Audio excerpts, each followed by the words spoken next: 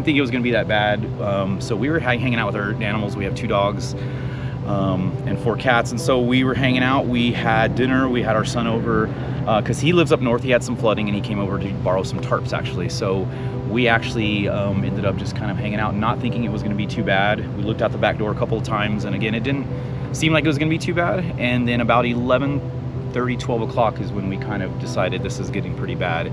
And so at that point, it got to probably our second step.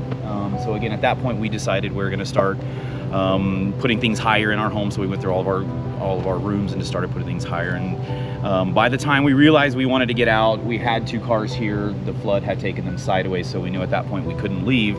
So we were deciding our best plan to stay. So basically, we just got to the highest point, which was our couches and our bed, which, as you can see, we lived in a raised house. Luckily, we didn't get all the way chest high. We did get about 8 inches in our home. So at about 3:30 was when we noticed it was our highest point. So here in the park, Cahoon was pretty bad. It kind of looked like white water rapids running through the park. So we saw cars, we saw trash cans, we saw animals at some point, and so it was really, really tough. And so we hunkered down in the house, had our 6 animals with us, and basically just prayed and hoped that it stopped. And about 3:30, about 4, I want to say, is when we heard the rain stop, and basically we just listened to the water rushing by our house and waiting for it to recede.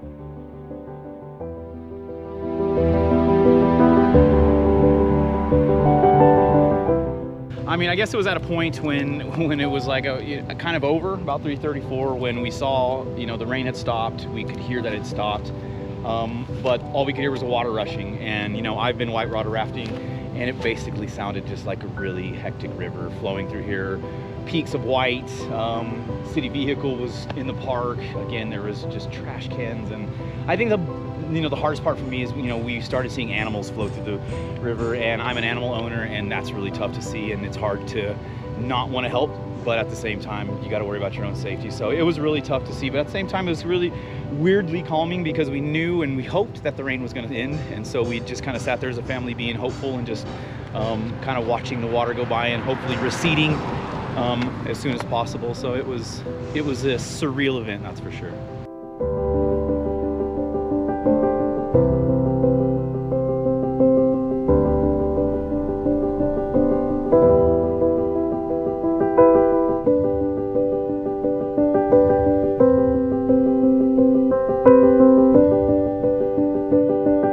So again, luckily we did have a little bit of coverage for us, and the agent that did cover us told us we had to wait till the Friday after the flood. So since then, this is our 10th day, our 9th day of working on the house, and basically we have just been taking cues from the other cleanup recoveries that we've seen. And so basically, again, we had 8 inches of water, so we were told to cut about 1.5 feet above that water with our drywall. So if you go into our home, you can notice that all of our drywall is cut at that level, all the insulation's pulled out. We're an elevated home, so we actually had to take our entire home to the joists. So our entire home is gutted right now all the way out to the joists. So luckily we have a lot of family and friends, volunteers that have came by, given us food and lots of supplies to help us kind of keep everything clean. And so today is actually hopefully our last day inside. We have my friends here helping us out, and we're getting the rest of our floors and subfloors out.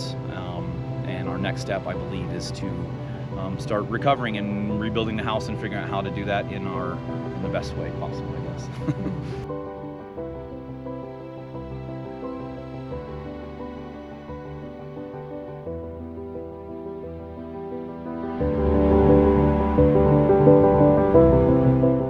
I mean, from Red Cross to, I think I've seen, just local businesses driving by, Salvation Army, Comfort Keepers, like people have just been really helping out. I hope they're helping out all the neighborhoods, but definitely a heavy flow in our neighborhood. Lots of volunteers, lots of young kids have come through to ask for help. Lots of churches have came by to ask for help.